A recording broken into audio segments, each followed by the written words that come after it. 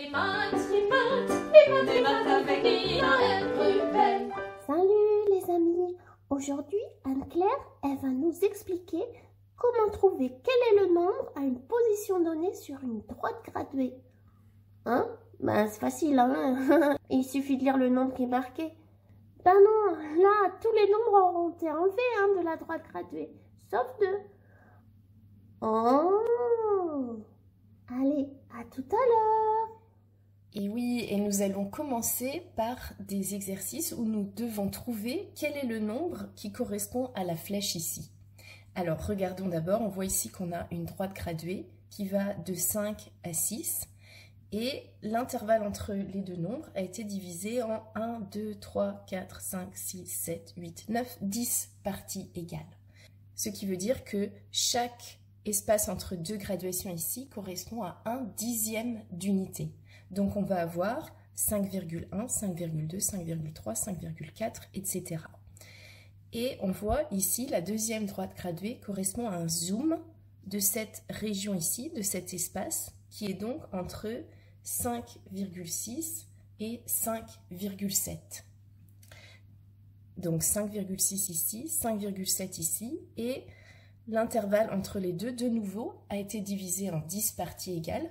Donc chaque espace entre deux graduations correspond ici à un centième d'unité. Donc on va de 5,6, 5,61, 5,62, 5,63, etc. jusqu'à 5,7. La flèche est donc au nombre 5,64. Regardons un deuxième exemple où il faut trouver le nombre qui est placé ici. Alors, regardons la première droite graduée ici. Elle va de 101 à 102. Ça a été divisé en 10 intervalles égaux. Donc, on a ici 101,1, 101,2, 101,3, etc. Donc, ici, on a 101,2 et 101,3 sur la deuxième droite graduée. Mais cette fois-ci, on voit que l'espace entre les deux graduations ici a été divisé en 1, 2, 3, 4, 5 parties égales et non pas 10 comme précédemment.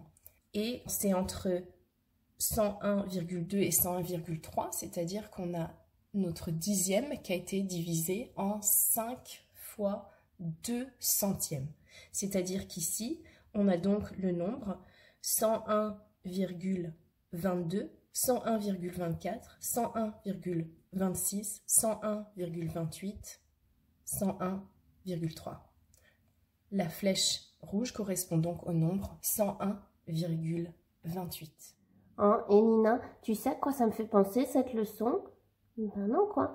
Ben, dans la saison 2, tu te souviens quand avec la balance là, on lisait la masse sur le cadran de la balance? Alors par exemple, on avait entre 1 et 2 kg, on faisait le zoom sur le kilogramme, ça donnait les centaines de grammes. Et le zoom sur une centaine de grammes, ça donnait les dizaines de grammes. Ah mais oui, c'est vrai ça.